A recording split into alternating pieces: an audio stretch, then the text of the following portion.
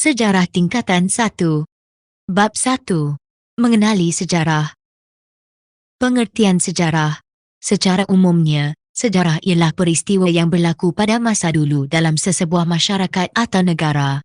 Dalam bahasa Melayu, istilah sejarah berasal daripada perkataan Arab, syajaratun, yang bermaksud pokok. Sejarah dikaitkan dengan salasilah, riwayat, keturunan, dan asal-usul.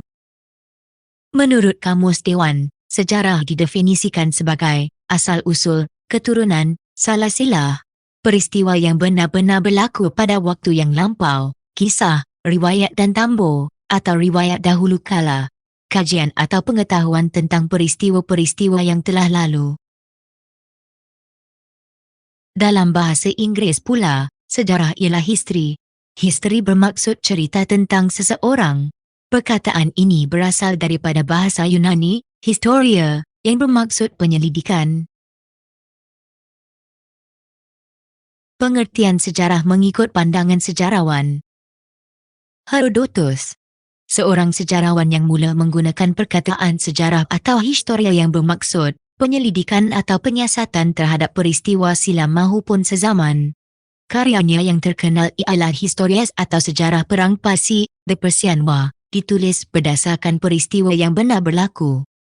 Herodotus menyatakan sejarah sebagai penceritaan tentang tindakan manusia yang penting dan mengagumkan serta sebab berlakunya sesuatu peristiwa. E.H. Carr, di dalam karyanya What is History menulis, sejarah merupakan tindak balas pembaca terhadap penulisan sejarah, iaitu fakta-fakta yang ditulis oleh sejarawan. Beliau menyatakan sejarah, suatu proses interaksi berterusan antara ahli sejarah dengan fakta-faktanya, suatu dialog yang tidak berkesudahan antara masa kini dengan masa lampau. Ibnu Khaldun, karyanya Muqaddimah, menceritakan dan mengupas perihal kehidupan manusia bermula zaman primitif hingga kehidupan di bandar. Beliau menyatakan, sejarah membicarakan perkara tentang masyarakat manusia, peradaban dunia, dan perubahan-perubahan yang berlaku pada sifat-sifat masyarakat itu. Khoo Kay Kim dan Muhammad Yusuf Ibrahim antara dua sejarawan tempatan yang mengkaji ilmu sejarah Malaysia.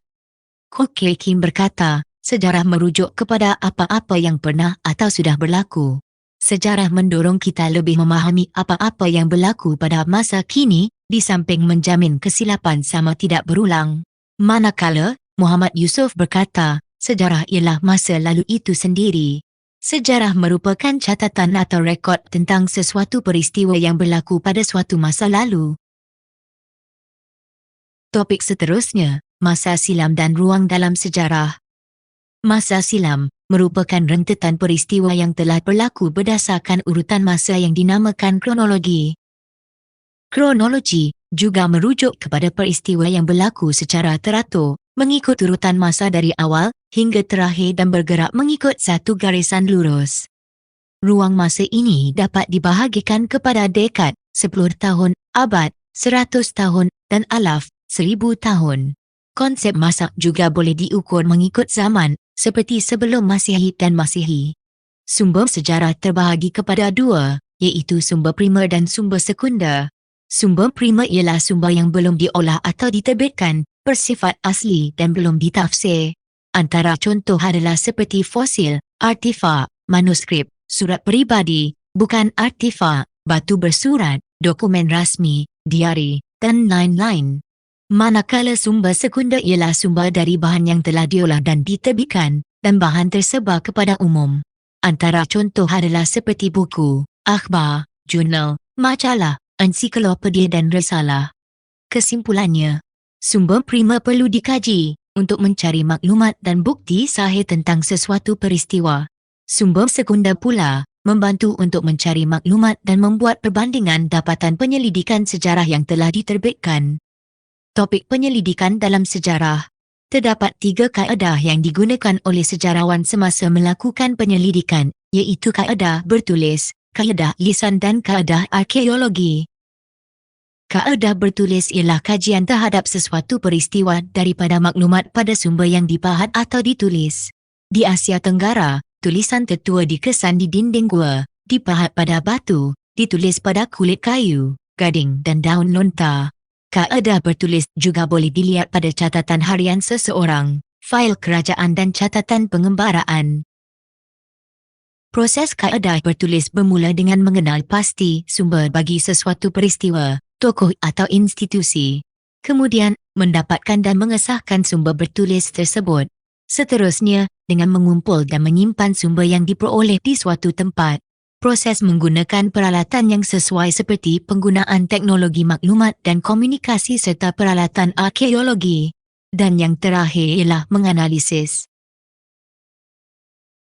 Kaedah lisan merupakan proses mendapatkan maklumat melalui temu bual.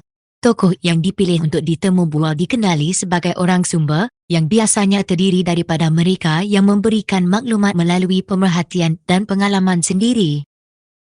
Terdapat 3 tahap dalam kaedah lisan. Tahap pertama ialah persediaan.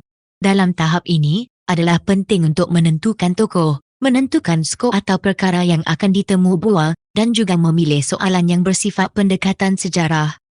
Tahap kedua, rakaman temu bual. Dalam tahap ini, perlunya membuat persediaan dengan meneliti sumber bertulis dahulu, serta meyakinkan tokoh untuk memberikan kerjasama dan menghargai tujuan pengkajian.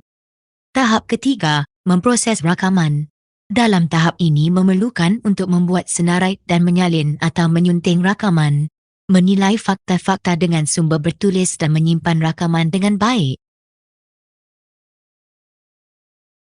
Kaedah arkeologi adalah kaedah yang digunakan secara saintifik untuk mencari maklumat daripada bahan tinggalan sejarah. Antara bahan tinggalan sejarah yang ditemukan melalui kaedah gali cari atau ekskavasi termasuklah fosil, tembikar, bahan logam dan binaan daripada batu. Topik tafsiran dalam sejarah. Tafsiran dalam sejarah bermaksud menerangkan atau mengulas sesuatu fakta sejarah berdasarkan sumber-sumber yang berkaitan dengannya. Perbezaan tafsiran dalam sejarah wujud kerana pemilihan sumber yang pelbagai, perbezaan pandangan, perbezaan ideologi dan tujuan penulisan. Antara kepentingan tafsiran dalam sejarah ialah dapat menggunakan pelbagai sumber dalam penulisan bagi menghasilkan kajian yang mempunyai bukti yang kukuh. Dapat menilai sesuatu peristiwa yang sama, tetapi dilihat dari sudut yang berbeza. Mendorong kita berfikiran terbuka dan kritis dalam mengkaji sesuatu peristiwa dengan menggunakan pelbagai sumber sejarah. Antara contoh tafsiran dalam sejarah ialah peristiwa penentangan Tok Janggut di Pasir Putih, Kelantan. Pengkaji tempatan melihat faktor penentangan beliau disebabkan peraturan cukai tanah dan hasil hutan oleh pihak British yang membebankan orang ramai. Bagi pengkaji barat pula, kebangkitan Tok Janggut ini dianggap sebagai pemberontakan. Kepentingan mempelajari sejarah antaranya ialah dapat mengenal asal-usul keluarga dan negara, serta dapat memahami adat istiadat, tradisi dan budaya bangsa. Seterusnya, dapat mengambil iktibar. Sejarah membawa pengajaran dan iktibar daripada peristiwa lalu, agar tidak lagi mengulangi kesilapan yang sama. Kepentingan mempelajari sejarah juga ialah dapat memupuk patriotisme. Sejarah mengajak kita menghargai warisan negara, menyemai rasa cinta akan negara dan menaikkan semangat patriotik. Selain itu, untuk memupuk perpaduan. Pengetahuan sejarah amat penting dalam meneruskan kesinambungan hubungan harmoni antara kaum dan menjadi sumber kesedaran kepada masyarakat dalam meneruskan adat resam dan tradisi kita.